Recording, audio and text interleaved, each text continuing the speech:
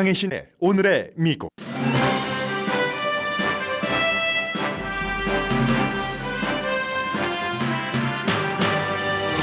군사분계선에서 월북한 미국 이등병은 지금 어디 있는지 알려지지 않고 있습니다. 그가 군 생활을 한 게 약 2년 6개월이기 때문에 북한이 원하는 대단한 군사 정보를 갖고 있을 리는 없어 보입니다. 그래도 북한으로서는 최긴장 상태에서 중요한 카드를 쥔 셈입니다. 트럼프 전 대통령에 대한 세 번째 기소가 곧 있을 가능성이 아주 높습니다. 이번에는 의사당 폭동 사건 혐의인데 트럼프 전 대통령은 정책 캠페인이 아니라 자기 살기식 캠페인을 할 테고 미국의 선거 캠페인 수준은 크게 떨어질 게 분명합니다. 미국과 유럽, 아시아 3대륙이 폭염에 지글지글 끓고 있습니다. 미국에서는 항공객이 더위를 먹어 비행기 운항이 취소됐고 유럽에서는 중세의 수로를 다시 뚫고 있으며 중국도 사우나탕입니다. 3개 대륙이 건강과 생산성에서 모두 큰 위협이 시작됐지만 공화당 대선 주자들은 어깨만 으쓱합니다. 올해 100세인 헨리 키신저 전 국무장관이 베이징에서 중국 주요 인물들을 만나고 있습니다. 특히 국방장관 미팅은 주목됩니다. 중국 국방장관이 미국과의 소통을 거부해 왔기 때문입니다. 미국 경제는 공식 지표로는 일반인들 생각보다 아주 좋습니다. 경제 지수는 지난 2년 사이 최고입니다. 임금 상승은 마침내 인플레이션을 앞질렀습니다. 올 2, 4분기 풀타임 직원의 일주일 중간 수입은 1,107달러로 1년 전보다 5.6% 올랐습니다. 아시안 아메리카는 백인보다 높은 일주일 중간 수입이 1,449달러입니다. 명문 웨슬리 대학이 레가시 입학을 끝낸다고 발표했습니다. 호주 남자가 바닷가에서 잃어버린 강아지를 3개월 만에 찾았습니다. 그동안 강아지는 튜나와 빗물을 먹고 살았습니다. 여러분 안녕하십니까? 오늘의 미국 강혜신입니다. 오늘의 미국이 끝나고 나서부터 지금까지 계속 미국의 정치 탑 뉴스는 트럼프 전 대통령입니다. 잠시 뒤에 좀 전해드리겠고요. 이로써 이제 선거가 어떻게 이어질 것인가, 선거뿐만이 아니라 선거가 끝난 뒤에도 간단하게 제일 결론을 말씀드리면 트럼프 전 대통령이 감옥에 갈 것인가, 백악관에 갈 것인가, 두 가지 다 가능성이 있다는 얘기예요. 그 얘기는 이제 잠시 뒤에 전해드리겠고 그 전에 먼저 어제 아침 오늘의 미국이 끝나고 나서 한 11시부터 12시 사이 그 시간이 북한이 동해를 향해서 탄도미사일을 발사했습니다. 그다지 많이 가지 않았고 긴 시간은 아니었고 이제 바다에 이미 떨어졌고 일본 경제 수역 밖이었고요. 큰 손상은 없었습니다. 주변의 선박이나 고도 30마일 그리고 거리 370마일을 비행하고 동해상에 떨어졌는데 이게 이제 월북한 미국의 이등병과는 관련이 없어 보입니다. 시차가 그렇잖아요. 몇 시간 뒤였으니까 이건 오히려 하루 전에 한국에 정박한 켄터키 함대요. 그게 이제 핵을 쏠 수 있는 함대니까 거기에 따른 것으로 이제 전문가들은 보고 있고요. 지금까지는 이제 이등병이 어떻게 됐는지 여기에 대해서 북한 매체가 제가 이제 좀 전까지는 북한 매체를 모니터링을 했는데 조용합니다. 그래서 오늘도 미국은 케이블 방송은 전부 특히 북한을 가장 많이 취재를 한 CNN 방송의 윌 리플리 기자는 대만에서 바로 이제 한국으로 가서 그 이등병이 북한 쪽으로 뛰어간 그 지점에서 지금 리포트를 계속 하고 있습니다. 23살의 육군입니다. 23살이니까 젊죠? 2021년 1월부터 이제 육군에 입대를 해서 이 트라비스 킹이라는 이등병이 허가 없이 군사분계선을 넘은 거죠. 이 군사분계선이 사실은 트럼프 전 대통령과 김정은 위원장이 만나서 그때는 허락을 받았죠. 잠시 이쪽으로 넘어와도 좋죠 하고 이제 넘어갔었던 그곳이 그곳이다라고 얘기를 하고 있고요. 당시 이제 현장에 같이 있었던 뉴질랜드 관광객이 미국 언론과 인터뷰하는 것 보니까 거의 관광이 끝났을 때 한국군과 미군은 있었고 북한군은 실내로 들어간 것 같이 보였다고 합니다. 그때 갑자기 질주했는데 그러니까 이제 뭐 유엔 사령부하고 미군이요. 그리고 이제 한국군이 관광객들을 전부 실내로 들어가라고 했는데 쫓아갔지만 놓쳤다는 겁니다. 가이드랑 다 같이. 사람들은 너무 놀라서 어떤 사람들은 무슨 일이 일어났는지도 몰랐다라고 얘기를 했고 이 이등병은 한국에서 폭행 혐의로 그 수감 생활을 조금 한 것 같아요. 길지는 않겠죠. 그리고 벌금이 500만 원 벌금 2월 달에 미국 돈으로 3,950달러 한국 법원이 판결을 내렸습니다. 그 경찰 차를요. 반복해서 발로 차고 해서 몇백만 원 그 손해를 입혔고 그리고 현장에 도착한 뭐 폭행 혐의였는데 경찰의 수사에도 협조하지 않았고 그 당시 현장에서 한국인과 한국군에게 아주 그 모욕적인 말을 했답니다. 그래서 이제 뭐 구류된 건지 이게 완전히 형량받고 한 건 아닌 것 같고요. 그런 상태에서 이제 캠프 험프리로 가서 캠프 험프리에서 안 되겠다. 이제 텍사스에 있는 기지로 가라 하고 쫓아내고 징계 처분을 받을 예정이었답니다. 그런데 이제 공항까지 에스코트를 다 해줬고요. 미군이 에스코트를 해주고 바이 하는데 어떻게 세관국을 빠져나와서 이 관광팀에 합류를 해서 한 35마일 떨어진 판문점까지 인천국제공항에서 가서 거의 관광이 끝날 무렵에 그렇게 북쪽으로 도망쳤다는 얘기입니다. 2021년 1월부터 육군 지금 제1기갑사단의 정찰병이랍니다. 그리고 이제 그 한국 감옥에 거의 2개월이 수감이 된 것 같네요. 그래서 2018년 10월 달 어제 말씀드린 중국을 통해서 보통 많이 가죠. 왜냐하면 여기 군사분계선은 너무 경비가 철저하니까 브루스 그 바이런 로렌스 이후에 처음으로 이제 불법 입국하다가 이렇게 잡힌 사람이 됐고 그 당시에는 이제 몇 주일 있다가 풀려났는데 50년 전에도 뭐 이런 일이 있었고 군인들이 있고 하니까 이런 일들이 군인이나 민간인이나 마찬가지로 생길 법하잖아요. 대체적으로 몇 주일 있다가 풀려나거나 뭐 북한이 많은 것을 받고 풀려내주겠죠. 그리고 올해 뭐 뭔가 이 사람이 우리에게 필요하다 선전선동에 그럴 경우는 더 오래 억류하고 있고 하는데 지금으로서는 어디에 있는지도 모르고 미국과 북한이 공식적인 외교 관계가 없기 때문에 스웨덴을 통해야지 되고 이 참 애매하다는 겁니다. 그래서 이제 윌 리플리 기자도 별로 할 얘기도 없어요. 할 얘기도 없는데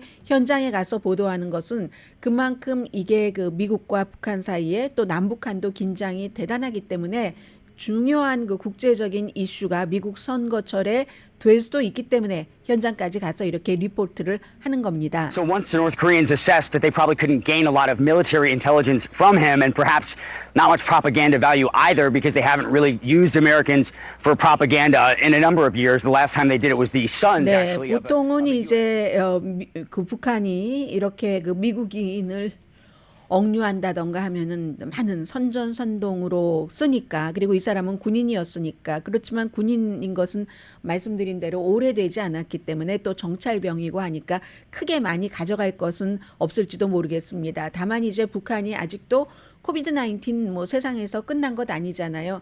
지금으로서는 신문이 시작되지 않았을 것 같다. 왜냐하면 코비드-19 때문에 외국인이고 하니까 격리 상태가 아닐까 이렇게 짐작을 그 윌 리플리 기자는 하더군요.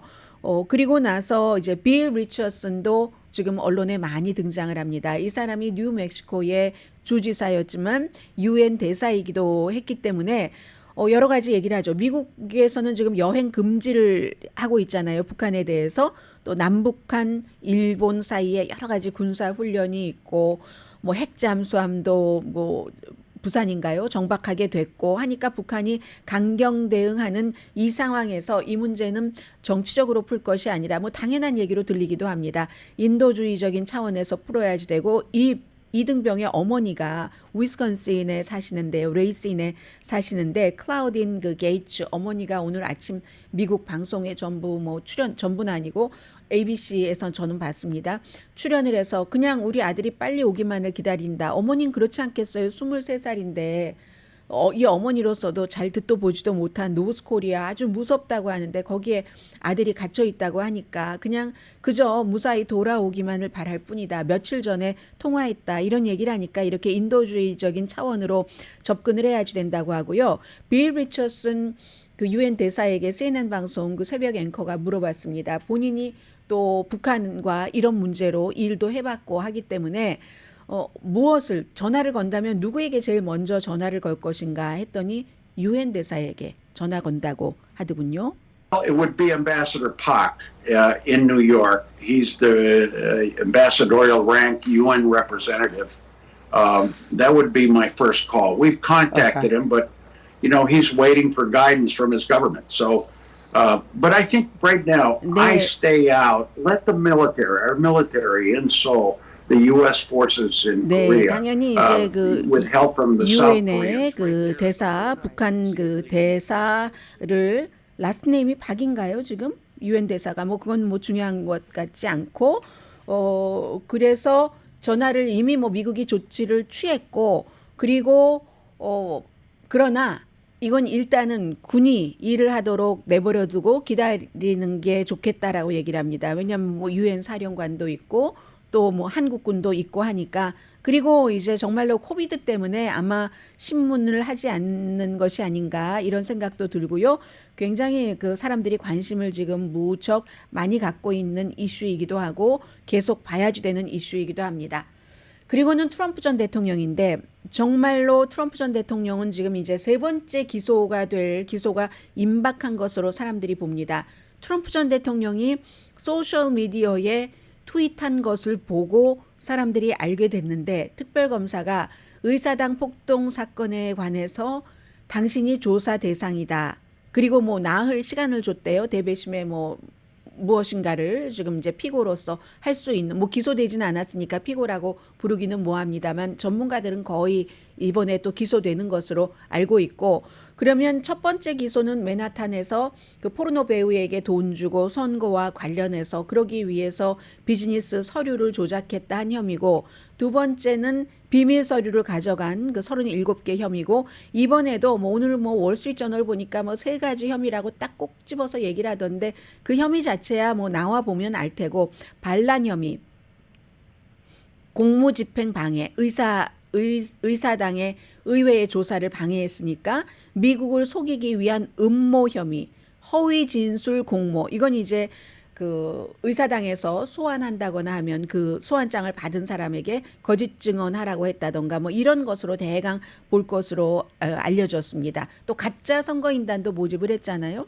어제 이제 이 같은 트럼프 전 대통령의 나의 소셜미디어를 통해서 내가 이렇게 기소될 판이다, 체포될 거다, 기소될 거다 뭐 이렇게 썼던데 그리고 나서 바로 미시건에서 선거인단, 가짜 선거인단 혐의로 16명이 기소됐습니다. 그래서 만약에 기소가 된다면 정말로 1월 6일 의사당 폭동 사건에서 관련해서 트럼프를 기소할 만한 새로운 내용이 나올 것인가? 공격 명령을 한 적은 없습니다. 직접적으로 트럼프 전 대통령이 물론 뭐 항상 이중적으로 말하죠. 평화적으로 애국적으로 시위하라. 그러나 목숨을 다해서 싸워라. Fight like hell. 뭐 이렇게 얘기를 했잖아요. 그 정도 얘기하면 트럼프 전 대통령의 지지자들은 알아듣는다는 겁니다. 평소에 늘 소통을 하기 때문에. 아무튼 그리고 감옥행 가능성 이건 정말 중요하죠. 2024년도 그것도 다른 후보와 뭐 거의 30%나 두 번째 후보와 지지율 차이가 나는 공화당의 선두주자가 감옥에 갈 가능성이 있는가. 지금 트럼프 전 대통령은 첫 번째 기소 케이스에 대해서 이진 캐롤이라는 칼럼니스트에 대해서 이제 성폭행 이 혐의에 대해서 재판을 새로운 재판을 요구를 했는데 재판부는 받아들이지 않았고 그리고 기밀 서류에 관해서 트럼프 전 대통령은 선거 끝나고 재판하자 하는데도 판사는 받아들이지 않았고 대신에 이제 판사는 검사 측에서 얘기를 한 12월 달부터 재판 하자 여기에도 답변을 하지 않고 좀 회의적인 그런 시각을 보입니다. 그러면 재판이 어떤 케이스에서도 시작이 돼도 2024년 대통령 선거가 끝나기 전에 마무리되지 않을 가능성이 굉장히 높죠. 왜냐하면 첫 번째 재판이 나와도 뭐 항소하고 상고하고 연방 대법원까지 가고 그런 것을 만약에 트럼프 전 대통령이 본인에게 불리한 결과가 나오면 그 정도로 갈 것을 사람들은 다 알고 있기 때문에 그렇다면은 그리고 실제로 뉴욕의 사업 관련 기소권 이미 기소가 된 비밀 서류 관련 전부 감옥에 갈 수 있는 혐의거든요. 모든 케이스가 다. 이번 의사당 폭동 사건 케이스는 물론이고요. 만약에 2024년도에 선거에서 트럼프 전 대통령이 이기면 어떻게 되는가? 감옥 가긴 힘들겠죠. 대통령의 권한으로 뭐 그런 권한을 쓰지 않을 사람도 있지만 트럼프 전 대통령은 벌써 다 쓸 것을 예고를 하고 있잖아요. 뭐 연방 수사국이라든가 연방 법무부에 대한 여러 가지 얘기도 했었고 그 본인에 대해서 나쁜 행위를 한다면서 그래서 대통령의 권한으로 연방 조사를 중단시키거나 기소를 무효화할 수 있다는 그렇기 때문에 트럼프 전 대통령은 선거에서 이겨야지 본인이 사는 길입니다. 앞으로도 몇십 년 살 것으로 예상하고 있을 텐데 그럼 캠페인이 어떻게 될까는 분명하잖아요. 정책 대결이 아닙니다. 이미 그렇게 시작을 한 것처럼 앞으로는 더한 마녀 사냥, 미국은 못됐다, 다 갈아엎어야지 된다. 프리덤 코커스와 그 장단을 많이 맞추겠죠. 프리덤 코커스의 그 원칙이 개념이 그 노션이 그러니까 모든 걸 다 썩었기 때문에 갈아엎어야지 된다. 누구와 앞장서서요? 트럼프 전 대통령처럼 정치 경험이 많지 않은 사람이 앞장서서 이제 이렇게 선거 캠페인을 할 겁니다. 정책, 의제 같은 것은 트럼프 전 대통령은 쓸 수 있는 여유가 없을 겁니다. 여러 개의 재판에서 본인이 다 살아남아야지 되기 때문에 자기 살 길을 찾는 캠페인이 될 테고 미국은 또 이런 일을 겪은 적이 없어서 정치 시스템도 사법 시스템도 징역형을 받아도 대통령을 수행할 수 있을지 여기에 대해서는 지금 그 법 전문가들의 의견이 서로 다른 것 같습니다. 왜냐하면 이런 경우를 생각하고 법을 만들지 않았기 때문에 뭐 미국의 파운딩 파더라든가 아니면 모든 법률을 만든 사람들이 어떻게 이런 경우가 있다고 생각을 했었겠습니까? 이렇게 대통령이 된 사람이 포르노 배우에게 돈을 주고 그 돈이 뭐 사업과 연관이 됐고 대통령인 사람이 그 권력을 놓지 않는다고 뭐 의사당에 가서 저렇게 대규모 시위를 하라고 하고 상상을 하지 못했기 때문에 어느 쪽으로 갈지 알 수 없습니다. 공화당의 몇몇 대선 후보들은 트럼프 전 대통령에 대해서 뭐 다른 때보다 약간 비판적인 것 같기도 하지만 니키 헤일리 같은 경우 이런 드라마를 우리가 계속 볼 수는 없다. 여자가 용감하더군요. 그 11명 가운데서 여자만 이런 말을 똑부러지게 했어요. 그리고 론 디센티스는 비겁해요. 마이크 펜스처럼 두 가지를 다 놓지 않으려고 해요. 나는 하나도 손해보지 않고 뭐 소신이고 뭐고가 없이 들립니다. 예를 들어서 트럼프 전 대통령은 폭도들에게 그날 더 강하게 했어야지 된다. 그러나 나는 트럼프가 기소되질 않길 바란다. 이건 뭐예요?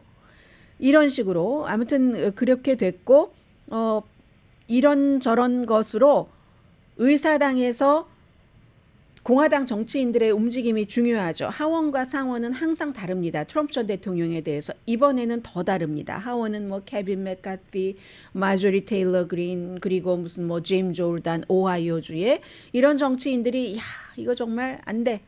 뭐 법무장관을 특별검사를 임명한 법무장관을 탄핵해야지 돼. 이 정도 말이 나오는데 그건 당연하죠. 공화당에서 트럼프가 인기가 있으니까 당연한 건 아니네요. 본인들의 이득을 생각할 때는.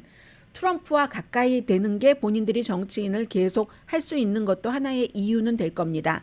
그래서 정의가 아니다. 이중잣대다. 본인들에게 나쁜 그 결과가 나오면 이중잣대고 좋은 결과가 나오면 그 사법부 괜찮다. 사법부에 대한 것을 이렇게 이중적으로 판단을 하면 국민들은 굉장히 혼란스럽고 모든 것을 다 불신하게 되는 겁니다. 모든 제도, 인스티튜션 자체를 민주주의의 가장 큰 해가 되는 거죠. 상원은 조용합니다.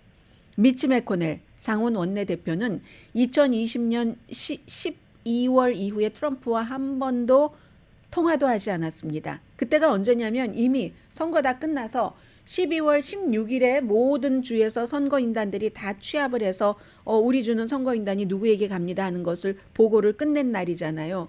그런데도 그때 이후에도 계속 트럼프 전 대통령이 부정선거다, 내가 이겼다라고 주장을 했기 때문에 아예 무시했습니다. 미치 매코넬 공화당 상원 원내대표는 어제도 침묵했습니다. 그리고 다른 사람들도 뭐 1명, 2명 정도만 빼고는 아유 트럼프 전 대통령을 막 하원처럼 지지하진 않았습니다. 증거를 보면은 알겠지. 사법부의 판단을 보고 나서 결정을 하겠다. 그런데 이제 미국은 지금부터 아마 뭐 며칠 안에 기소될 가능성도 있고요. 굉장한 소용돌이로 가서 웬만한 뉴스는 또 상당 부분이 트럼프 전 대통령의 기소에 묻혀질 것 같습니다. 미국을 위한 비극의 세레나데가 시작이 되는 거죠.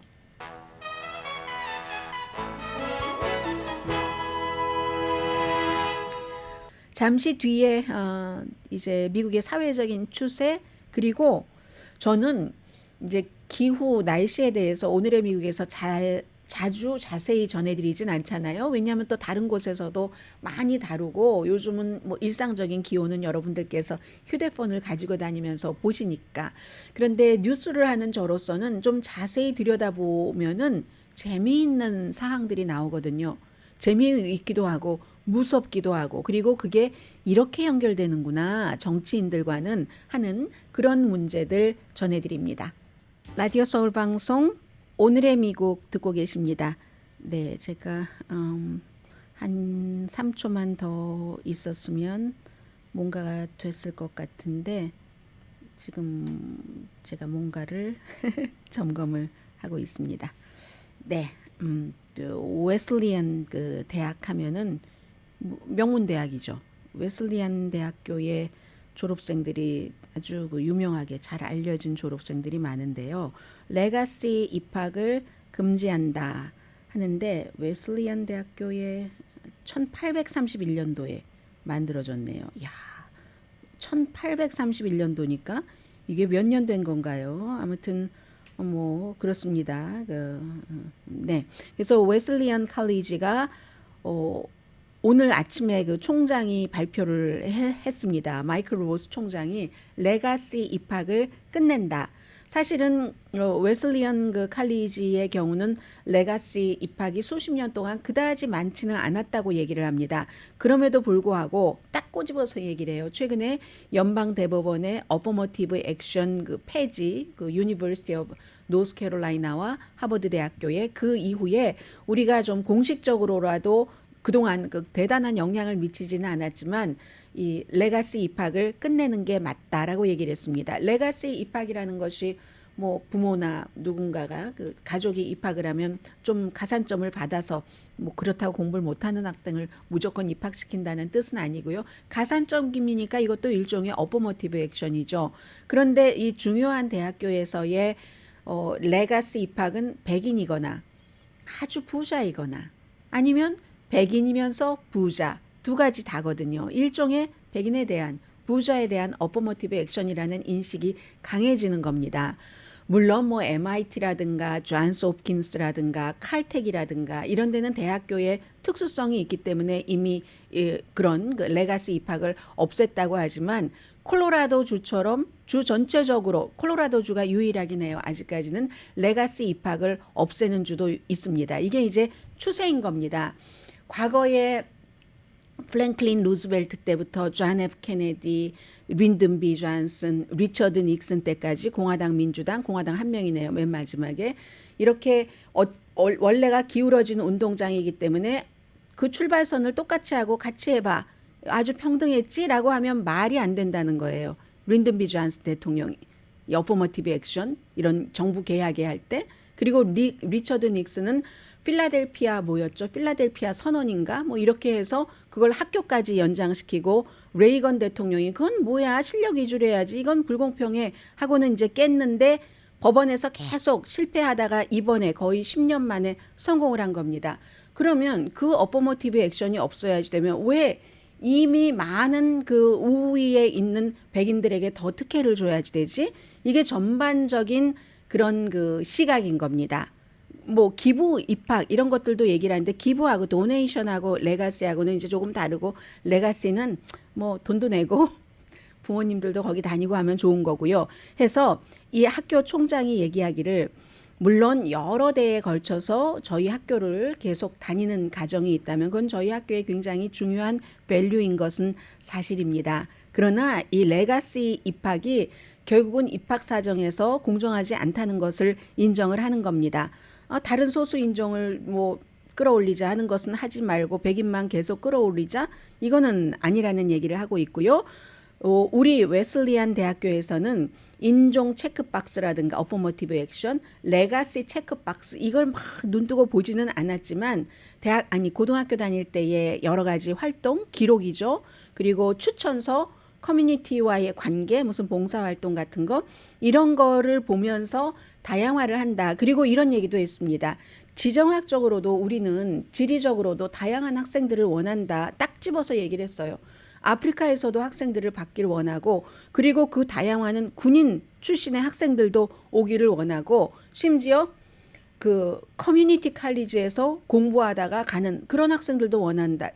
제 친구 딸도 커뮤니티 칼리지 다니다가 브라운 대학교 아이비리그로 갔거든요.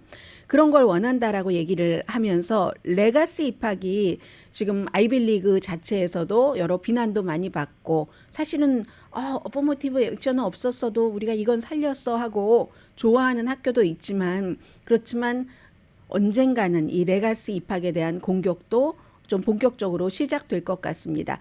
저희가 이제 제3회 교육 그 세미나를 할 때 제가 학생 이름은 잊었는데 그 유펜에 들어간 남학생이 추천서 이제 3장을 썼다고 얘기를 했어요. 여기도 지금 웨슬리안 대학교도 얘기를 하잖아요. 그런데 우리는 추천서 하면은 막 너무너무 위대한 사람, 위대하다고 사람들에게 평가받는 사람, 힘이 있거나 뭐 성공한 사람 해서 무슨 뭐 연방의원들이 1년에 써줄 수 있는 추천장의 그 숫자가 제한됐습니다.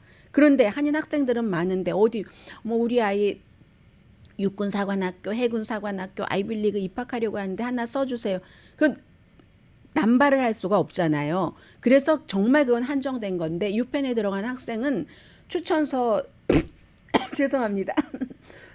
추천서를 3분에게 받았는데 2분은 선생님이었고 하나는 본인이 봉사를 했던 그런 커뮤니티 오거니제이션에서 받았다. 이렇게 말한 것도 굉장히 인상적이었고요.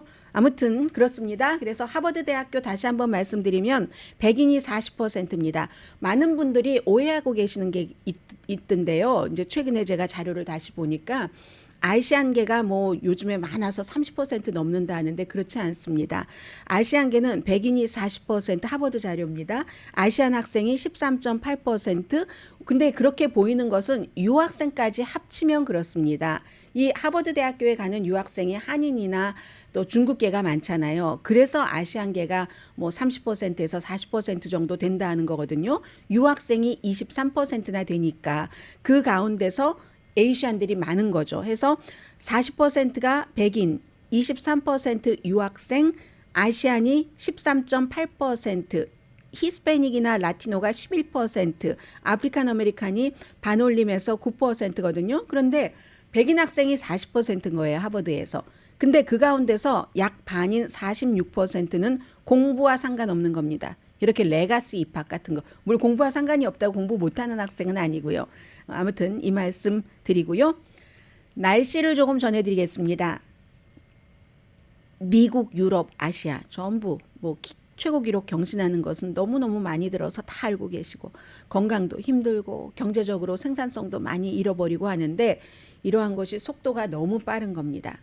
기후변화로 인한 뭐 전부가 100%가 인간이 만들어낸 기후변화는 아니겠지만 그런 것으로 인해서 분명한 건 우리의 건강을 너무 빠른 속도로 예상보다 악화시키고 경제적인 손실이 너무 많은데요.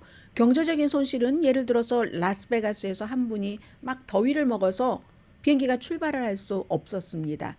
그때의 그런 경제적인 손실 당연하잖아요. 지금 플로리다주에서 막 정말 해수욕 하시는 분들은 용감하신 분들이에요.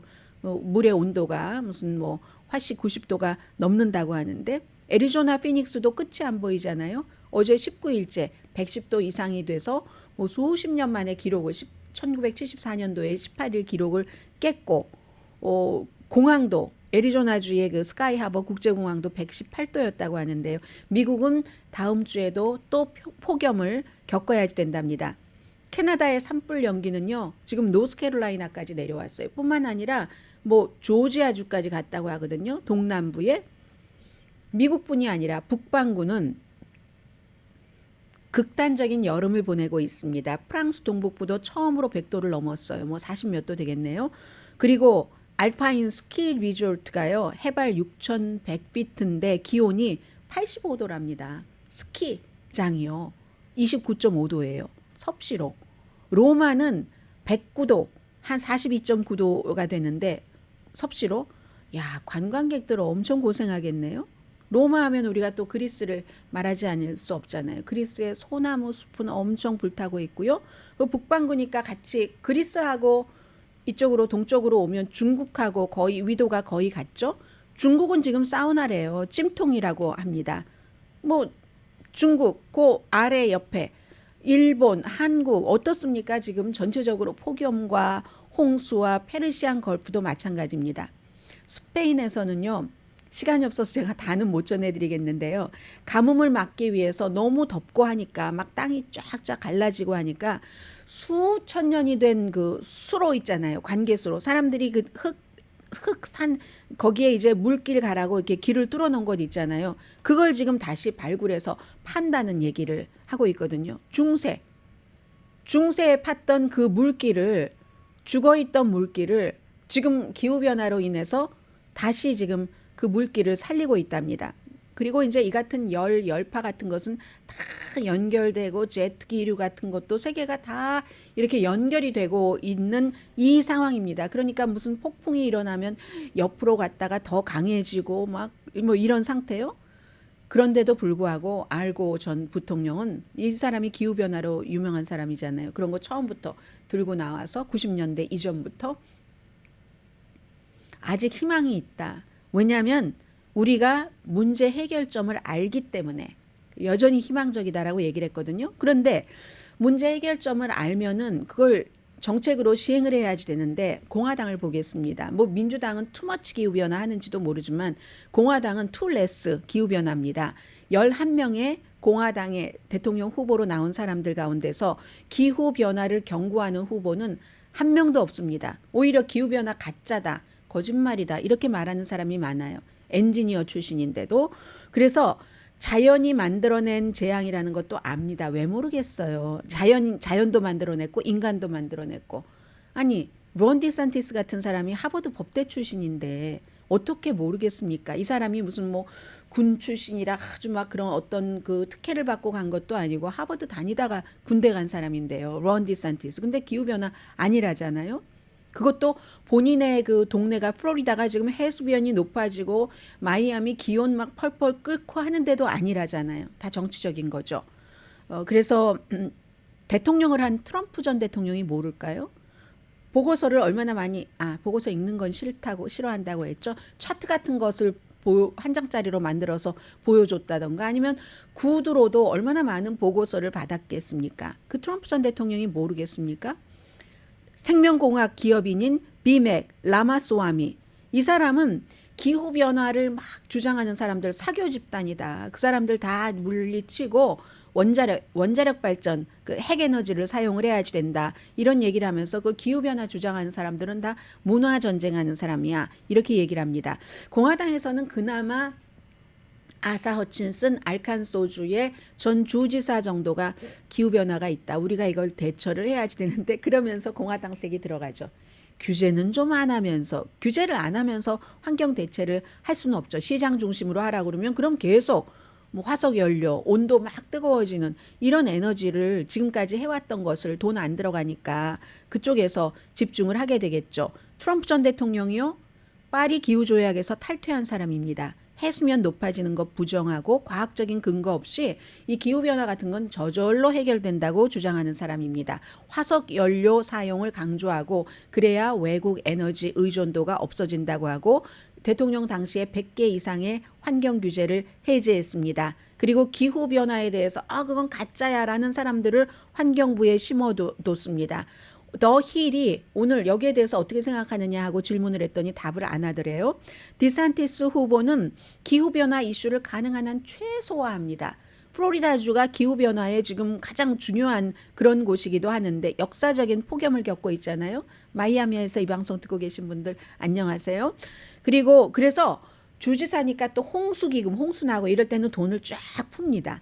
그런데 온실가스를 줄이려는 노력을 안 하니까 나 인기 있는 정치 행보는 하면서 문제풀이에는 안 한다. 그리고 말도 이렇게 해요. 좌파가 주장하는 것은 나는 절대 안 한다.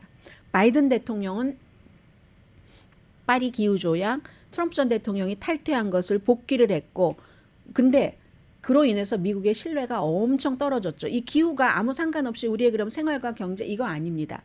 미국이라는 국가의 신뢰도가 엄청 떨어졌어요. 파리 기후조약에서 탈퇴한 이후에.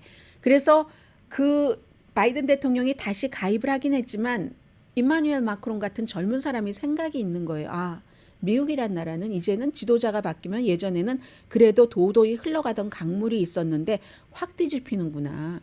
유럽은 유럽대로 살아야겠네. 우리 프랑스도 나름대로의 대책을 마련해야 되겠네. 그때 그런 걸 심어줬죠. 해서 미국과 유럽 국가들이 막 거리두기 하고 독일도 마찬가지로 그러다가 우크라이나 전쟁이 어떻게 미국과 연관이 없겠습니까? 우크라이나 전쟁이 일어남으로 인해서 기후변화 등등으로 멀어졌던 유럽과 미국이 다시 가까워지게 됐죠. 그러므로 차기 대통령이 누가 되느냐는 우리 모든 생활에 크고 작은 생활에 연결되는 그게 이제 넘버 1, 2, 3 이슈이기도 합니다.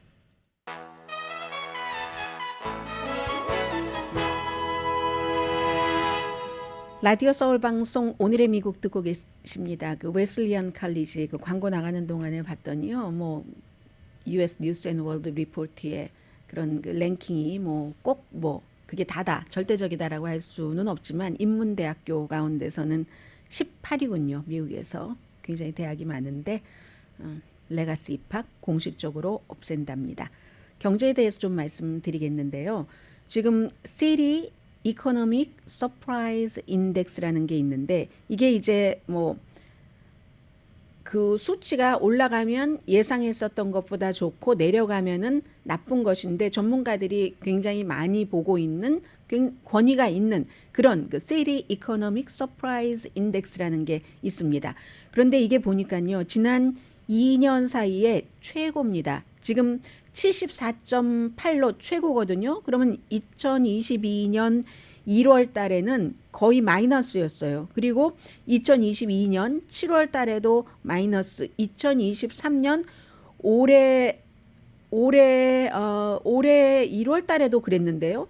그렇게 해서 1월 달부터 조금씩 올라가기 시작하더니 지금은 이제 74.8이 됐고 그러니까 이제 경제가 사람들이 생각한 것보다는 좋다는 겁니다. 이 여러 가지를 다 합친 건데 예를 들어서 지난주에 소비자 인플레이션은 오르기는 했지만 좀 낮게 올랐고 도매 가격 상승도 마찬가지로 둔화됐고 수입 상품 가격 내려갔고 실업수당 청구는 예상보다 적었고 1년 전 이 인덱스는 똑같은 인덱스요. 세리 이코노믹 서프라이즈 인덱스는 경기 침체를 경고를 했습니다. 그래서 같은 인덱스를 시차를 두고 보는 것이 굉장히 중요하죠.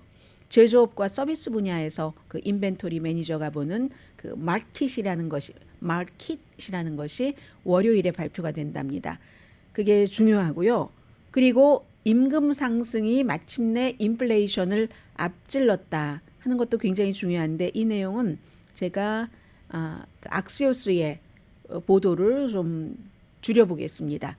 풀타임 직원의 일주일 주당 중간 수입입니다. 그러니까 평균 비슷하다고 볼 수 있죠. 이것보다 많이 받는 사람도 있고 적게 받는 사람도 있는데 그 중간 수입이 올해 2, 4분기 1, 2, 3, 4, 5, 6 2, 4분기가 벌써 끝났네요. 왜 이러죠? 지금 2, 4분기 끝나고 7월 오늘 19일인가요? 그런데 올해 2, 4분기에 풀타임 직원입니다.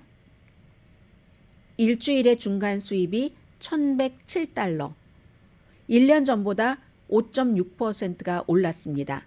그러면 인플레이션이 1년 전보다 지금 3.8%, 4% 이 정도 되잖아요. Finally, 인플레이션보다 임금 상승이 적어도 중간 그쪽에서는 올랐다 하는 겁니다. 그리고 인종별로는 이렇게 됩니다. 아프리칸 아메리칸이요. 일주일에 버는 평균 돈이 913달러. 평균보다 조금 적은 거죠. 1107달러가 뭐 풀타임 직원의 평균 일주일에 버는 돈이라고 하니까 히스패닉계는 851달러. 히스패닉계가 아프리칸 아메리칸보다 조금 더 적게 버네요. 백인이 1126달러. 26달러. 19달러 평균보다 높군요. 에이시안이 백인보다 더 많이 법니다. 1449달러. 풀타임으로 일해서 일주일에 에이시안 아메리칸이 버는 돈이 1449달러로서 평균 1107달러보다 이건 한 332달러가 높네요. 그럼 1449달러 하면 1500달러로 하고 4하면은 한 달에 6000달러 정도 된다는 건가요? 그리고 여자는 남자의 85%를 법니다.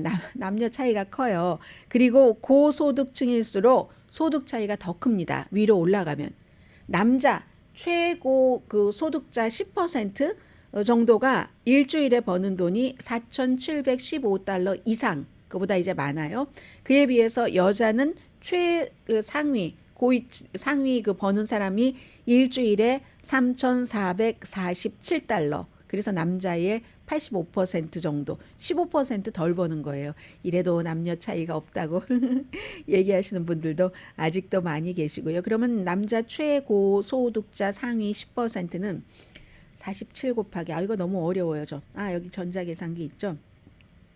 4,715달러 곱하기 그냥 28로만 해서요. 곱하기 4 하면은 18,860달러 이상입니다. 최고 상위 그 소득자가. 그리고 여자는 3,447달러 곱하기 4 하면은 한 달에 13,788달러. 이거는요, 최고 상위 10%. 이런 분들은 13,788달러 이상 번다 하는 내용이고요. 잠시 뒤에 헨리 키신저만 보면은 놀랍습니다. 100세인데 비행기 타고 다닌다니까요.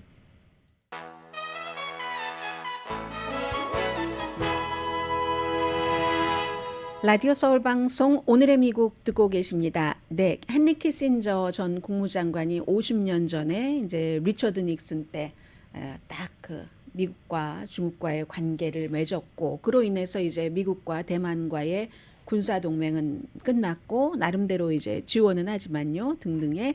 그런데 요즘에 이제 미국의 재무장관도 갔고 국무장관도 갔고 지금 기후대사도 가 있습니다. 그런데 국방장관은 미국의 그 국방장관은 지난달인가요? 그 다른 나라에서 중국의 국방장관에게 만나자 했는데 같은 미팅에서 안 만나줬습니다. 그리고 국무장관이 이번에 가서도 우리가 이 긴장 상태가 있으니까 만일의 사태에 대비해서 군사적인 것은 한 라인을 만들면 어떤가라고 제시를 했을 때 say no. 중국에서 그랬거든요. 그런데 그 국방장관이 링샤오 국방장관이 이 헨리 키신저를 만났습니다. 헨리 키신저는 지금 뭐 행정부에서 어떤 자문 역할을 하는 사람도 아니고 그냥 민간인이거든요. 그만큼 이제 헨리 키신저가 중국에 대해서 좋은 친중국 정책을 써야지 된다고 강조하는 사람이기도 하고 본인의 레가시이기도 하니까요. 그런 사람이기도 하고 또 50년 전에 그런 일을 하고 뭐 중국도 미국도 많이 봤잖아요. 뭐 세계 무역기구에도 가입하고 그런 일이 있으니까 그 중국식의 사고 방식으로 그 고마운 것에 대한 이런 것을 하는 것이다라고 사람들은 보고 있거든요. 미국 정부도 많이 알지 못했던 것 같아요. 물론 국무부에 물어보니까 이번에 국무장관이 중국을 방문할 때 조금 있으면 헨리 키신저가 온다고 중국에서 얘기해줘서 알았다고 하고, 그래서 정부 자격이 아니라 이 개인 자격으로 가는 겁니다. 이런 얘기를 했다고 하는데, 어쨌든 그곳에 가서도 헨리 키신저는 미국과 중국 사이에 오해를 제거해야지 된다. 그래서 만약에 전쟁이라도 일어나면은 양쪽 국민에게 의미 있는 결과가 없다라고 얘기를 한 것은 득이 될 게 없다라는 말을 헨리 키신저는 meaningful한 그런 결과가 없다라고 얘기를 했습니다. 왕이 중국 외교부 수석 대표가 어떻게 얘기를 했냐면요.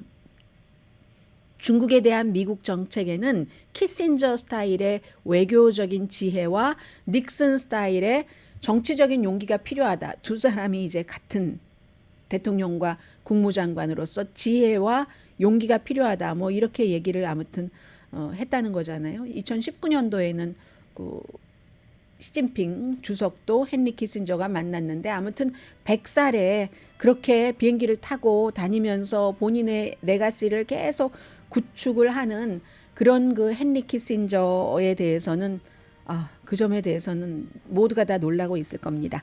10시에 좋은 아침, 좋은 하루 방송됩니다.